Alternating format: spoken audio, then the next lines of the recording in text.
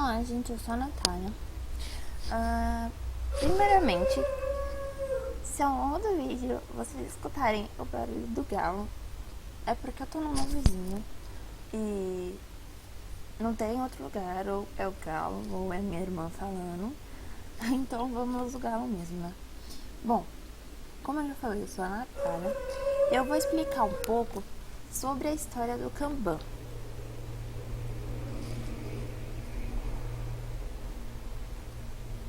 Bom, o Kanban ele surgiu no final de 1940. A Toyota ela estava à procura de um novo processo de engenharia que ela podia colocar nos seus negócios, né?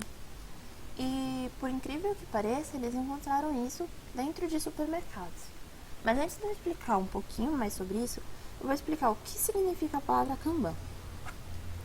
O Kanban ele é uma palavra de origem japonesa e tem como significado cartão ou sinalização. Como eu estava dizendo, a Toyota ela começou a estudar supermercados com a ideia de aplicar, né, na sua fábrica a técnica de prateleiras. E eles perceberam que os funcionários apenas reabasteciam as prateleiras quando o produto estava perto de se esgotar. E o espaço para cada item era limitado e por isso somente quando necessário novos itens eram adicionados.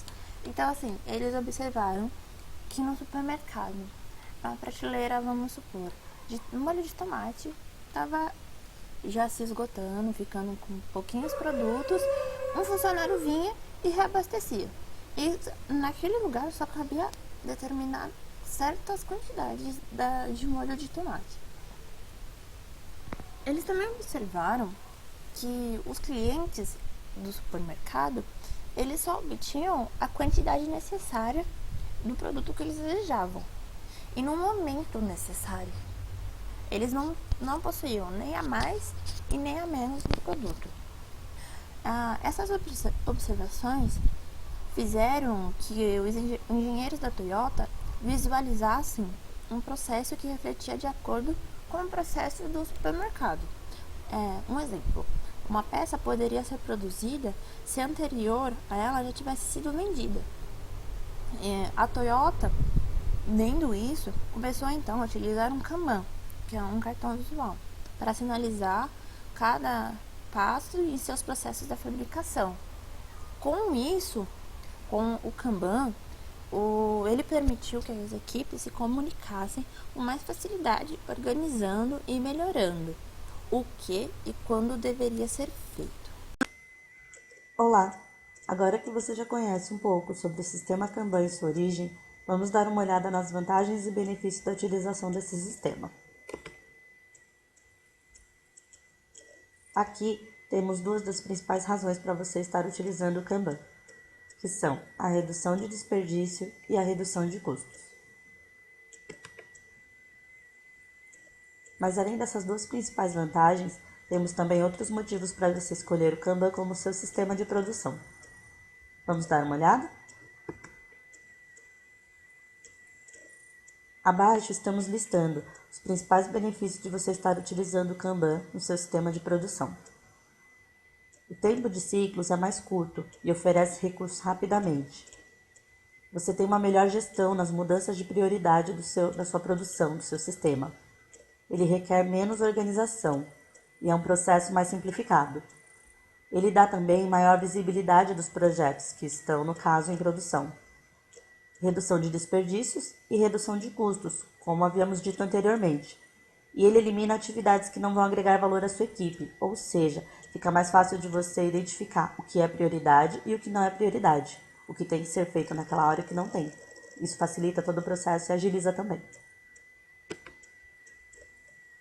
Bem, agora que você já conhece vários dos motivos para você utilizar esse sistema, continue acompanhando o vídeo e veja melhor como ele funciona e escolha a melhor maneira de implementá-lo na sua equipe. Tchau, tchau e obrigada! Em desenvolvimento de software, a gente vai ver a parte do funcionamento aqui, que funciona de forma hierárquica. Seria a parte de levantamento dos requisitos. Você vai no cliente, ele faz o levantamento do que ele necessita, avaliação do sistema operacional caso ele tenha necessidade de migrar do sistema, e é levantado também o custo e dado o prazo também do projeto. Tendo finalizado isso, a gente pode passar para o próximo passo, que seria o projeto. O projeto do software seria o levantamento, onde será definido o sistema operacional, a linguagem utilizada e o banco de dados ou algo que necessite no sistema. Então é aqui que é definido em que plataforma e linguagem será desenvolvido o sistema. Terminando isso, definindo isso, a gente já vai para a parte de implementação, que é onde já será codificado, feito o teste já, gerado o executável do sistema. Então aqui que a gente já faz a parte, seria a parte do desenvolvimento mesmo do sistema. Finalizado isso, a gente já tem a parte do teste de validação, que seria aqueles testes de cada módulo do sistema, e aqui é feita a validação, se está aprovado ou não está aprovado o módulo do sistema. Finalizado todos esses processos, a gente já vai para a parte da operação de manutenção, que seria a parte de entrega já para o cliente, finalização do projeto, e a manutenção é caso o cliente necessite de algo a mais no sistema. Então você tem essa parte da manutenção, que a gente vai falar também um pouco do workflow, WIP, apps, user stories e tasks. O workflow nada mais é do que um mapa visual do seu projeto. Seria o projeto como um todo, mas aqui você divide o que será feito. Então você tem um melhor planejamento do desenvolvimento do seu software.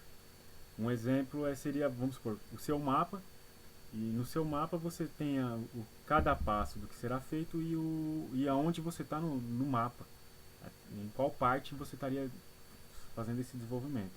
O WIP seria o trabalho em processo, é aquela parte onde você divide o trabalho entre a sua equipe, assim você reduz o tempo em cada item e limita a quantidade de trabalho, já que a sua equipe está bem dividida. Depois aqui a gente tem o Epics, seria a divisão caso o projeto seja muito grande, você faz uma divisão dele. Tem até um exemplo aqui de uma pizza. Você subdividir o seu projeto. Em cada pedaço da pizza, você vai ter esse mesmo workflow, o WIP, que seria o mapa, só que só de determinada região que a equipe está desenvolvendo uma parte do sistema. Então você subdividiria o sistema e cada equipe estaria responsável por uma parte do projeto.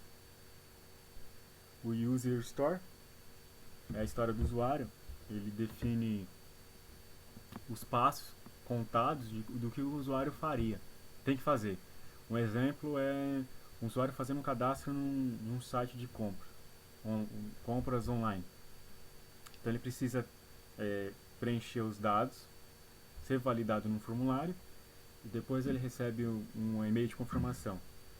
As tasks seriam os elementos, as tasks, na verdade as tarefas, seriam os elementos dessa história. Então você tem que ter o formulário, e nesse formulário tem que ter a confirmação dos dados do cliente, e depois você tem que ter enviar esse e-mail de confirmação. Então esses seriam os elementos da história do usuário. Kanban e a engenharia de software. A entrevista com o cliente. A parte principal para sabermos como analisar os requisitos e as necessidades do cliente, precisamos, dentro da entrevista, capturar todas as possibilidades, até as mais estranhas, dos desejos dos clientes. Porque assim, vamos conseguir analisar mais facilmente o que realmente é necessário e o que não é necessário para concluirmos a etapa da produção do sistema. Após a entrevista, nós fazemos a análise dos requisitos, pegando todas as ideias que foi capturada na entrevista, fazemos uma análise e verificamos dentro delas quais serão usadas. Nesse momento é onde é feita a divisão do projeto, que quantas partes vai ter, quais as funcionalidades e quem vai desenvolver. O Kanban basicamente tem como principal objetivo transformar o trabalho em andamento visível para toda a equipe, criando um sinal visual que indica que o novo trabalho pode ou não ser iniciado e se o limite acordado para cada fase está sendo respeitado. Portanto, o Kanban não é um processo, e sim um método para otimizar o desenvolvimento de projetos. Nessa tabela, podemos analisar que, dentre todos os itens que foi feito na divisão do projeto, estão selecionados por carga horária. Então, eles chamam-se itens do backlog. A partir desse momento, a partir do momento em que é feito a análise e a duração do projeto, nós vemos a viabilidade de iniciar o projeto. Nesse quadro podemos ver que o item 1 já pode ser iniciado e que ele foi dividido em duas partes, uma para cada desenvolvedor, porque a carga horária é um pouco mais alta e a dificuldade também. Neste outro quadro, podemos ver que o item 2 também pode ser inicializado.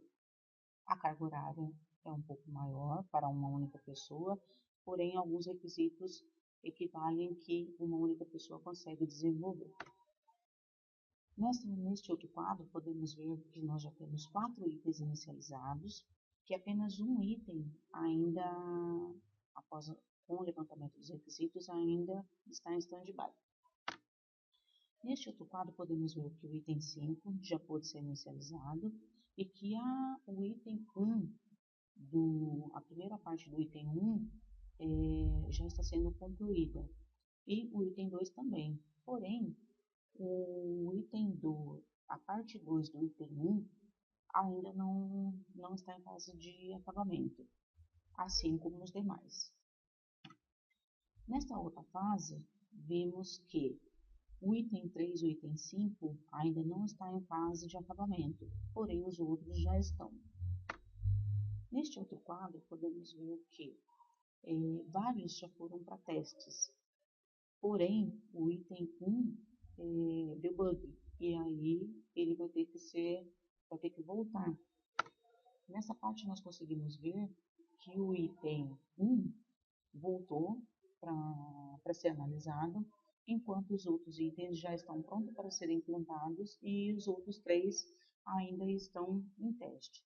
Nesse momento, vimos também que o item 5 deu problema e ele teria que ser voltado.